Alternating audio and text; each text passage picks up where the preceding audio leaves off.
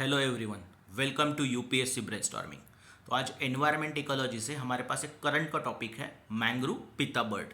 तो इसके बारे में आज हम इंफॉर्मेशन लेंगे। तो मैंग्रोव पीता बर्ड कंटेक्स्ट क्या है न्यूज़ में आने के लिए, उसके बाद उसका रेंज क्या है, रेंज के बाद एक्चुअली हम देखेंगे उसके फीचर्स क्या है, हैबिटेट क्या है, उसके बाद हम देखेंगे उसका कंजर्वेशन स्टेटस क्या है। तो लेट्स स्टार्ट।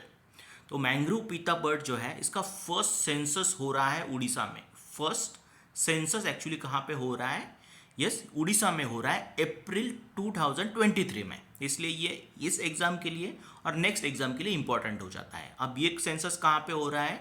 उड़ीसा, दो डिस्ट्रिक्ट में, केंद्रापारा और जगत सिंहपुर। ओके, उसके बाद कब हो रहा है? अप्रैल में, क्योंकि अप्रैल में ही ये बर्ड सबसे ज़्यादा एक्टिव रहता है, वार्म कंडीशन में एक्टिव रहता है। ओके, तो अप्रैल क्यों? ओके, और उड़ीसा सबसे इंपॉर्टेंट एरिया जहाँ पे ये मिलता है। ये एक्चुअली इंडिया में मिलता है और उड़ीसा में पर्टिकुलरली भितरकनिका और वेस्ट बंगाल का जो सुंदरबन एरिया है वहाँ पे आपको ये देखने को मिल सकता है। ओके, यस, उसके बाद ये इंडिया के बाद बांग्लादेश में भी मिलेगा आपको देखने के लिए। उसके बाद म्यांमार, और म्यांमार के बाद एक्चुअली आपको ये थाईलैंड से लेके मलेशिया, सिंगापुर और इंडोनेशिया के एरिया में भी आपको देखने को मिल सकता है। ओके, तो इसका रेंज है एक्चुअली ये। ओके, यस, हैबिटेट कैसा है? एक्चुअली हैबिटेट मोस्टली आपको मैंग्रोव में मिलेगा और साथ में निपा पाम फॉरेस्ट जो है वहाँ पे भी आपको देखने को मिल सकता है। निपा पाम फॉरेस्ट कहाँ पे है? फिलीपाइंस में। ये किस पे फीड करता है? क्रस्टेशियंस पे, उसके बाद मोलुस्कास और इंसेक्ट पे फीड करता है। वैसे कोई भी बर्ड इंसेक्ट पे ही फीड करता है, ये आपको पता है।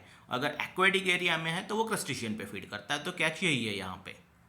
ओके, यस, इंडिया में सबसे इसके लिए सुटेबल जो एरिया है, सुटेबल कॉन्जेनियल ब्रीडिंग प्लेस है, तो वो है Bhitarkanika national park. Okay, yes, important catch है यहाँ पे ये।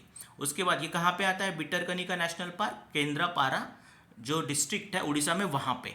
और ये जो एरिया है भितरकनिका नेशनल पार्क एक्चुअली वो मोस्टली वेटलैंड और एक्चुअली मैंग्रोव फॉरेस्ट है। यस, और ये इंपॉर्टेंट फिर रामसर साइट भी डिक्लेयर हुआ अगस्त 2002 में। तो ये इंपॉर्टेंट कैच आपको ध्यान में रखना है। ओके, यस, वैसे भी रामसर साइट में हमेशा जो वेटलैंड्स होते हैं वहाँ पे हमेशा बर्ड्स पाए जाते हैं। यस, उसके बाद आप देखोगे तो इसके हम फीचर कवर करते हैं। तो फीचर क्या क्या है? तो यहाँ पे आपको दिखाई दे रहा है इसका ब्लैक हेड होता है, ब्लैक हेड है। ओके, यस, ब्राउन क्राउन है इसका, एक्चुअली ऊपर का जो पार्ट है ब्राउन कलर में दिखाई देगा। उसके बाद वाइट थ्रोट है, काफ़ी छोटा एरिया दिखाई दे रहा है थ्रोट का, लेकिन ये वाइट कलर में है। ग्रीनिश अपर पार्ट, तो यहाँ पे पूरा नहीं दिखाई दे रहा है, लेकिन ये जो अपर पार्ट है वो ग्रीनिश कलर का है। और रेडिश वेंट एरिया, तो वेंट एरिया आपको दिखाई दे रहा है यहाँ पे actually, that is yes red colour में दिखाई दे रहा है। तो और सामने भी एक पैच आपको दिखाई दे रहा होगा।